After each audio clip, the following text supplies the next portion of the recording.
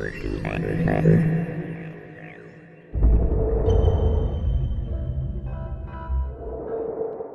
everyone, Genome here. I just had something kind of stupid pop in my head, but I figured, well, when I have something stupid to say, I better get on video and say it, right? So here we are. But I was walking downstairs and through the living room, and I don't know why it caught my eye, but I looked at my DVD player, right? I bought like a little DVD player a long time ago, just for basically when the internet goes down here, because it kind of fluctuates a lot. If we need something to do, just throw a DVD in. I still have a lot of older ones. Um, I actually got rid of it a long time ago. I had my first DVD player for like 12 years before it finally crapped out. Huge thing. It was like, it's almost the size of a VCR. But seeing the DVD player remind me of VCRs. And of course, what's VCRs remind me of? Well, it's Friday night. And what did one do back in the 80s and even in the 90s on Friday nights? They went down to the damn video store. Now, whether it was Blockbuster or was it Video Madness, whatever you had around you, that's where you went. It was like, it wasn't just there for movies, man. It was like a collective, like, communal experience, you know what I mean? It was so strange because, let's tell you this one. You had three different types, really. You had your chains, like your Blockbusters and like that. You had your more, I don't know, still big, but not, it's probably just a single store.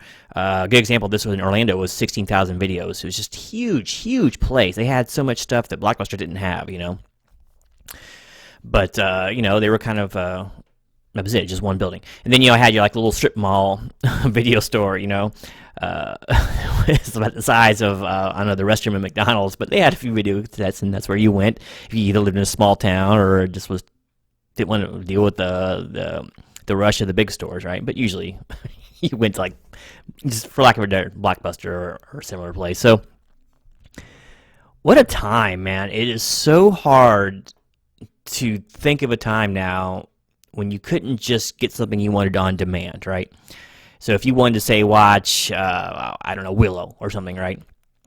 When it first came out on videocassette, you had to go down there and basically camp out because most places only had, 2 or 3 copies of popular movies, sometimes like up to 10 that just came out, right?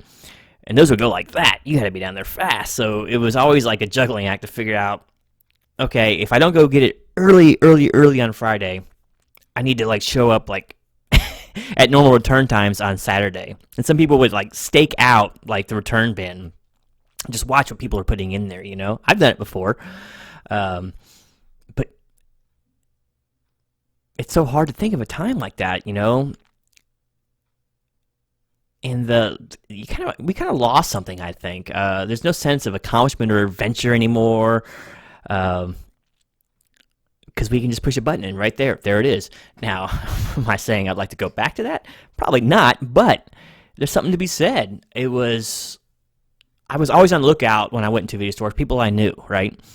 It was just a place, it was like a coffee shop that didn't serve any food, but people would always go there and, you could see and be seen.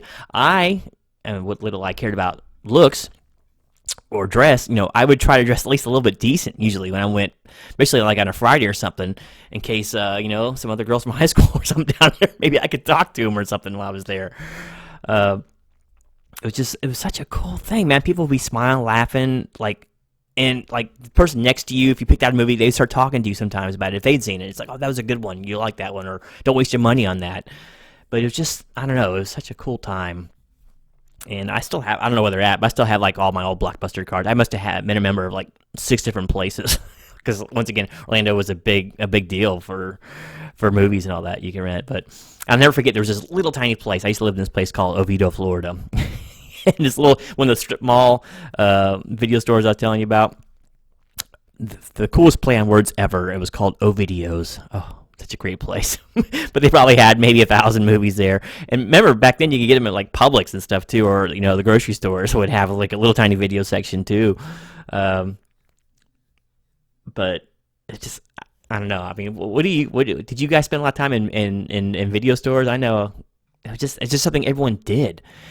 And Oh yeah, Hollywood videos. That's the other big one. I think their big deal was Thursdays. I think they came out like a day earlier. It was so strange, but it was really cool because next to a lot of the Hollywood videos was at Little Caesars, so you could stop and get your $5 pizza or whatever it was right there, and then run next door and get your video, and then back home to freaking watch videos and party. Whatever it was you did after you got the videos. But it was just such a it was like the hero's tale of of self fulfillment, right? So you left on a mission. Sometimes right after work, you just go straight to the video store. People did it all the time. Fumbling around, making sure you had your card with you because it's very important to have your card so they can scan in. And then running down the video store, fighting over a video a little bit, or just swooping in before someone else got to it for a something that was so hard to get at the time, and then carrying it out in victory, and of course rewinding when you brought it back. Hell, you make that satisfying thump when you dropped it back into the return. But the other thing is you can spend time in the video stores. Yes, you can browse quite easily on the computer now or on your smart TVs or whatever. But just walking the aisle. Sometimes you went in there and didn't even know what you wanted. Maybe you went in there with a certain thing you wanted to watch and then wasn't there, right? So then you got to just go look around for something else because you wasted a trip down there. You look completely wasted. So you go and look. You might find another movie you really, really liked. Just by wandering aisles and look at and it shows once again how important the cover art was, or the cover of a movie. It could sometimes just draw you in from that.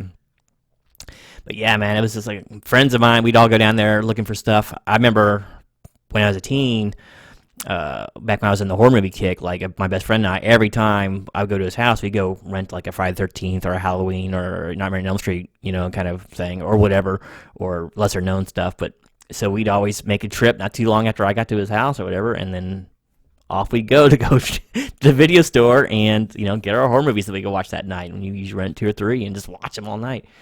So it's just, I don't know, it's just so amazing, the experience, and it's gone completely and never coming back.